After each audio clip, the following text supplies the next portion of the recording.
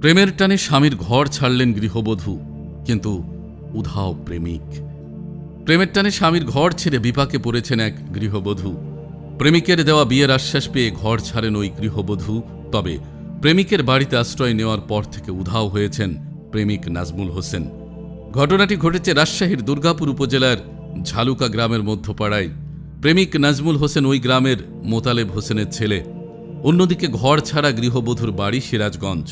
14 বছর বয়সী একটি সন্তানও রয়েছে এই গৃহবধূর। রবিবার 6 এপ্রিল দুপুরে সরে জমিন গিয়ে জানা যায়, রবিবার সকালে বিয়ের আশ্বাস পেয়ে নাজমুলের বাড়িতে আসেন এই গৃহবধূ। তারপর থেকেই নাজমুল লাপাত্তা। বাড়ির লোকজনও নাজমুলের খোঁজ জানে না বলে জানান।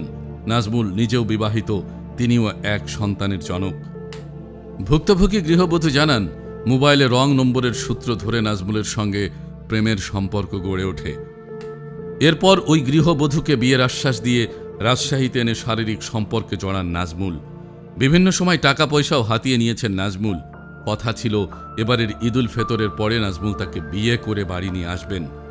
গত 3রা এপ্রিল ভুক্তভোগীকে সিরাজগঞ্জ থেকে রাজশাহীতে নিয়ে আসেন নাজমুল। এরপর বিভিন্ন জায়গায় রাত যাপন করেন তারা। শনিবার 4 এপ্রিল পুঠিয়া উপজেলার বানেশ্বর বাজারে কাজী অফিসে বিয়ে করার কথা ছিল, কিন্তু নাজমুলের আর খোঁজ মেলেনি। বাধ্য হয়ে রবিবার সকালে নাজমুলের বাড়িতে আশ্রয় নিয়ে বিয়ের দাবিতে অনশন শুরু করে গৃহবধূ। ভুক্তভোগী গৃহবধূ আরও অভিযোগ করেন, নাজমুলের বাড়ির লোকজন তাকে শারীরিকভাবে লাঞ্ছিত করেছেন। সুষ্ঠু প্রতিকার পেতে তিনি আইন শৃঙ্খলা রক্ষা বাহিনীর হস্তক্ষেপ চেয়েছেন। নাজমুলের স্ত্রী বলেন, ওই মেয়েকে আমরা চিনি না। সে সকালে এসে দরজায় ধাক্কাধাক্কি শুরু করে এবং নাজমুলের খোঁজ চায়। দরজা খোলার সাথে সাথে এসে জোরপূর্বক বাড়িতে ঢুকতে চাইলে আমরা বাধা দিই।